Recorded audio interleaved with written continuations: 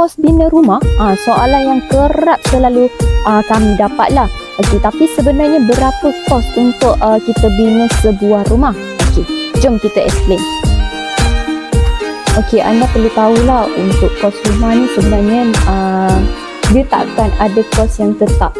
Setiap desain rumah dia akan ada perbezaan harga lah, sebab kita bergantung pada keluasan dan juga material. Mungkin anda akan jumpa dengan harga dalam 120, 130 ataupun 200, 300. Tak semestinya kita adalah kos yang tetap lah. Jadinya untuk setiap harga ni yang anda jumpa tu mestilah akan ada perbezaan kualiti material, keluasan, spek rumah. Tengok juga kita pakai spek rumah tu 1 tingkat ke 2 tingkat macam tu. Okey, untuk layout plan rumah tak semestinya sama lah, sebab setiap rumah mempunyai design yang berbeza, so layout pun akan berbeza lah.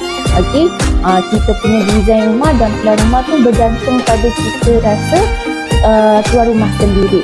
Okey, so untuk anda yang ada bajet tersendiri, just bagi tahu sahaja bajet dan spek rumah yang anda idamkan lah. Okey, nanti kita punya consultation akan bantu anda untuk bagi spek dan rumah dan material yang sesuai dengan bajet anda. Okey, untuk design rumah anda boleh ikut cita rasa sendiri, tak kisahlah nak design macam mana, English style ke, tradisional ke, modern ke kan, tak kisah, memang tak ada limit lah.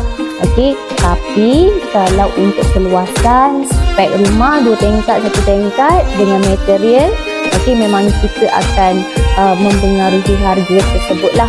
Okey, so macam dari segi kita punya dinding, okey, dari segi kita punya mozaik, futai ke ataupun simen, okey, semua tu diambil kira lah. Lepas tu dengan kita punya bumbung, kita menggunakan atap apa, yang itu memang diambil kira. Okey, so yang itu semua memang effect dekat kita punya harga. So macam mana?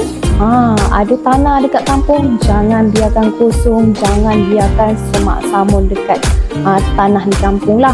Okey, at least kalau bina rumah anda boleh buat duduk sendiri lepas habis pencen, ataupun boleh juga jana pendapatan bulanan, kira pengganti gaji bulanan anda lah.